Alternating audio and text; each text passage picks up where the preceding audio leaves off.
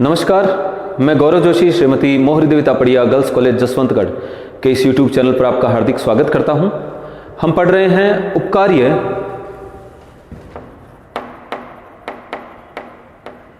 समूह तथा ठेका लागत निर्धारण विधि। उपकार्य यानी कि जॉब, जब वस्तु का उत्पादन ग्राहक के आदेशों पर, ग्राहक द्वारा जब ऑर्डर दिया जाता है, किसी वस्तु के उत्पादन का आदेश दिया जाता है, तभी वस्तु का उत्पादन किया जाता है और उस वस्तु का उत्पादन ग्राहक के निर्देश के अनुसार किया जाता है। तो जब वस्तु का उत्पादन ग्राहकों के आदेशों पर और उनके निर्देशों के अनुसार किया जाता है तो ऐसे कार्य को, ऐसे वस्तु के उत्पादन को जॉब कहा जाता है, उपकार्य कहा जाता है। और उपकार्य की लागत का निर्धारण किस प्रकार से किया जाता है, इसकी चर्चा हम पिछली क्लासेज में कर चुके हैं। जब वस्तु का उत्पादन समूह में किया जाता है, बैचेज में किया जाता है, तो बैच कॉस्टिंग मेथड काम में लिया जाता है। तो किस प्रकार से जब वस्तुओं का उत्पादन समूह में किया जाता है तो किस प्रकार से उसकी लागत का निर्धारण किया जाता है, यह भी हम पिछली क्लास में पढ़ चुके हैं। आज हम बात करेंगे कॉन्ट्रैक्ट कॉस्टिंग मेथड की, कि जब किसी वस्तु का उत्पादन या निर्माण किसी पूर्व निर्धारित मूल्य के समझौते के आधार पर किया जाता है, यानी कि वस्तु के उत्पादन के लिए, वस्तु के निर्माण के लिए उसका मूल्य पहले ही निश्चित कर लिया जाता है और जो है दो व्यक्तियों के बीच में इस प्रकार का एक समझौता होता है, जो उत्पादन करता है, जो निर्माता है, और जो ग्राहक है, उन दोनों के बीच में वस्तु का मूल्य पहले से निर्धारित कर लिया जाता है और दोनों के बीच में एक समझौता होता है, कॉन्ट्रैक्ट होता है। तो जब कॉन्ट्रैक्ट पर वस्तु का उत्पादन किया जाता है तो किस प्रकार से जो है वस्तु का मूल्य निर्धारित किया जाता है, लागत निर्धारित की जाती है और किस प्रकार से लाभ ज्ञात किया जाता है, वो हम आज की क्लास में पढ़ेंगे। तो कॉन्ट्रैक्ट कॉस्टिंग मेथड में वस्तु की उत्पादन लागत, कॉन्ट्रैक्ट की उत्पादन लागत और कॉन्ट्रैक्ट में जो लाभ हानि हुआ है वो ज्ञात करने के लिए कॉन्ट्रैक्ट अकाउंट बनाया जाता है। कॉन्ट्रैक्ट अकाउंट बनाया जाता है, इसके माध्यम से कॉन्ट्रैक्ट की कॉस्ट और कॉन्ट्रैक्ट पर हुए लाभ हानि ज्ञात किए जाते हैं। तो कॉन्ट्रैक्ट अकाउंट में डेबिट और क्रेडिट दो साइड, डेबिट में पर्टिकुलर्स और अमाउंट, क्रेडिट साइड में भी पर्टिकुलर्स और अमाउंट। तो जिस प्रकार से एक सामान्य खाते का प्रारूप होता है, एक अकाउंट का प्रारूप होता है, वैसा ही कॉन्ट्रैक्ट अकाउंट का फॉर्मेट होता है। डेबिट और क्रेडिट दो साइड होते हैं। तो डेबिट साइड में सारे खर्चों को लिखा जाता है। तो जब किसी वस्तु का उत्पादन किया जाता है तो सबसे पहले सामग्री की आवश्यकता होती है। तो अगर ठेकेदार द्वारा, जो व्यक्ति ठेका पे कार्य करता है ठेकेदार कहलाता है, तो ठेकेदार द्वारा, कॉन्ट्रैक्टर के द्वारा जब ठेके के लिए कोई सामग्री क्रय की जाती है तो उसको डेबिट किया जाएगा और दिखाया जाएगा टू मटेरियल परचेज्ड। अगर ठेकेदार के पास खुद के पास अगर कोई सामग्री है और ठेके में काम में ली गई है तो उससे भी कॉन्ट्रैक्ट अकाउंट को डेबिट किया जाएगा। To material issued from stores, उसने अपने स्टोर्स से, अपने भंडार से सामग्री इशू की है कॉन्ट्रैक्ट में, तो उसको उस कॉस्ट से डेबिट किया जाएगा। अब अगर किसी दूसरे कॉन्ट्रैक्ट पे, हो सकता है कि जो ठेकेदार है उसके कई कॉन्ट्रैक्ट चल रहे हो, अलग अलग जगह ठेकों पे काम चल रहा हो, तो अगर किसी दूसरे ठेके से अगर कोई माल प्राप्त किया गया है, माल ट्रांसफर किया गया है किसी कॉन्ट्रैक्ट में, किसी निर्माण में, तो उसको भी डेबिट किया जाता है और दिखाया जाता है to material transferred from other contract.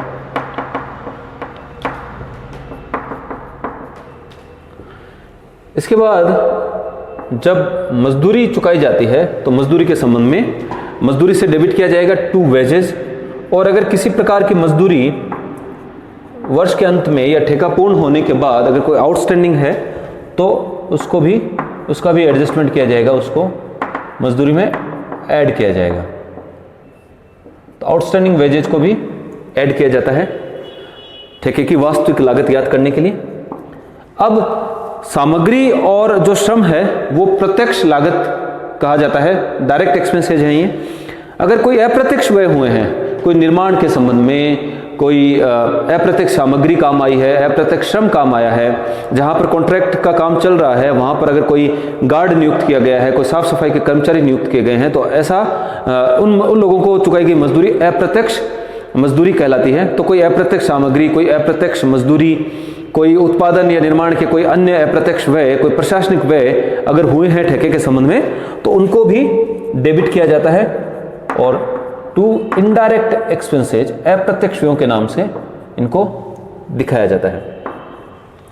जब काम चल रहा है ठेके का, तो अगर ठेके के संबंध में कोई प्लांट एवं मशीनरी यूज किया गया है तो उसका मूल्य, उसके मूल्य से कॉन्ट्रैक्ट अकाउंट को डेबिट किया जाएगा। टू प्लांट इशूड,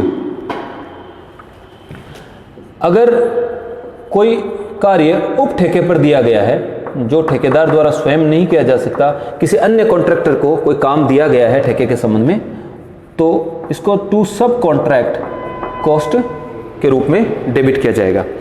उदाहरण के लिए मान लीजिए कि किसी ने कोई बिल्डिंग, किसी भवन निर्माण का कार्य का ठेका लिया है किसी ठेकेदार ने, और उस बिल्डिंग में कोई फर्नीचर बनवाना है या बिल्डिंग में बिजली का कार्य करवाना है, बिजली की फिटिंग करवानी है, तो अगर वो ठेकेदार बिजली के संबंध में, बिजली की फिटिंग के संबंध में या कोई फर्नीचर निर्माण के संबंध में कोई कार्य किसी दूसरे ठेकेदार को देता है, तो ऐसी कॉस्ट जो उसकी लागत आती है, जो बिजली फिटिंग की या कोई फर्नीचर निर्माण की, ऐसी लागत सब कॉन्ट्रैक्ट कॉस्ट कही जाएगी। किसी अन्य ठेकेदार को अगर कोई कॉन्ट्रैक्ट दिया जाता है ठेके के संबंध में, तो वो उप ठेकेदारी लागत कहलाती है, सब कॉन्ट्रैक्ट कॉस्ट कहलाती है।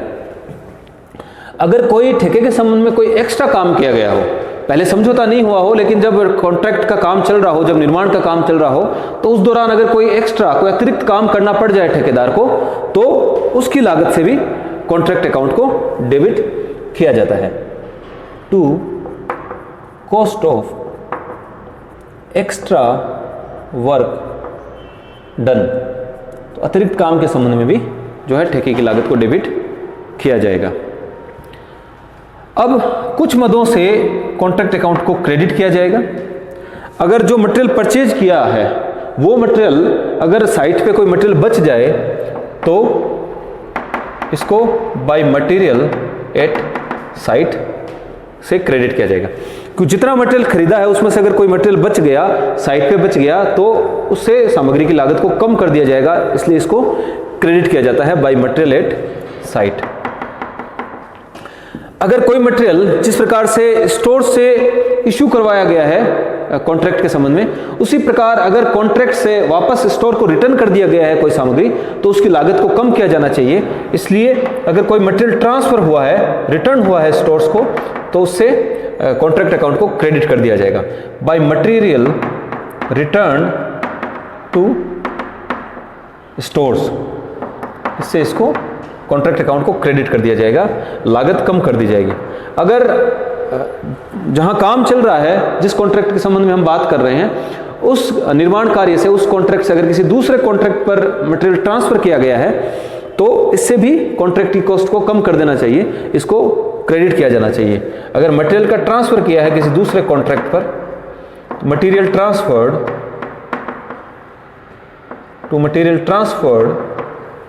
टू अदर कॉन्ट्रैक्ट,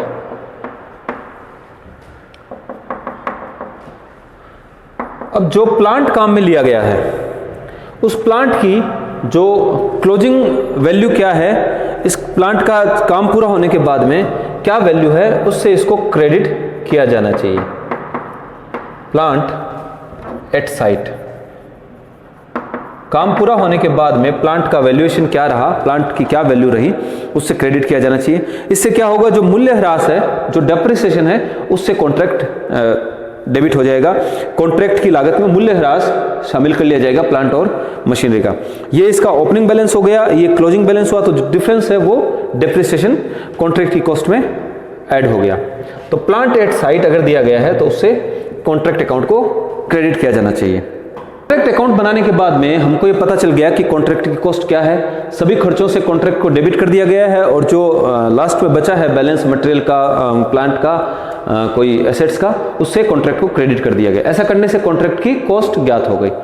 अब जो कॉन्ट्रैक्ट प्राइस है, जो ठेकादाता और ठेकेदार के बीच में जो एग्रीमेंट हुआ था, जो कॉन्ट्रैक्ट हुआ था, तो उस कॉन्ट्रैक्ट प्राइस से कॉन्ट्रैक्ट अकाउंट को क्रेडिट किया जाता है और कॉन्ट्रैक्टी को डेबिट किया जाता है, क्योंकि अब कॉन्ट्रैक्टी में जो ठेकादाता है उससे अब कॉन्ट्रैक्ट का पैसा हम मांग रहे हैं, क्योंकि कॉन्ट्रैक्ट का काम पूरा हो गया। तो कॉन्ट्रैक्टीज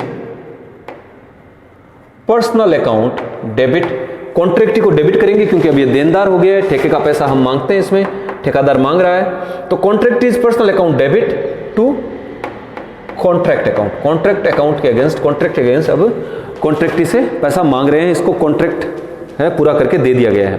तो कॉन्ट्रैक्ट अकाउंट में बाय कॉन्ट्रैक्टीज पर्सनल अकाउंट दिखाया जाएगा क्रेडिट साइड में, और ये दिखाया जाएगा कॉन्ट्रैक्ट प्राइस पे, कॉन्ट्रैक्ट प्राइस पे। अब जो ठेका मूल्य है, जो कॉन्ट्रैक्ट प्राइस है, उसमें से ठेके की लागत घटा दी जाएगी, और अगर क्रेडिट साइड का टोटल ज्यादा है तो वो क्रेडिट साइड का टोटल लाभ दर्शाता है, और लाभ को प्रॉफिट एंड लॉस अकाउंट में ट्रांसफर कर दिया जाता है। जो नेट प्रॉफिट है इसको प्रॉफिट एंड लॉस अकाउंट में ट्रांसफर कर दिया जाता है। तो इस प्रकार कॉन्ट्रैक्ट अकाउंट बनाने से कॉन्ट्रैक्ट की लागत ज्ञात होती है और कॉन्ट्रैक्ट पर कमाए गए लाभ और हानि भी पता चलता है। तो आज की क्लास में इतना ही। मैं आशा करता हूं कि आज की क्लास में हमने जो भी पढ़ा आपको अच्छे से समझ में आया होगा। इस वीडियो को लाइक कीजिए, शेयर कीजिए, हमारे YouTube चैनल को सब्सक्राइब कीजिए। धन्यवाद।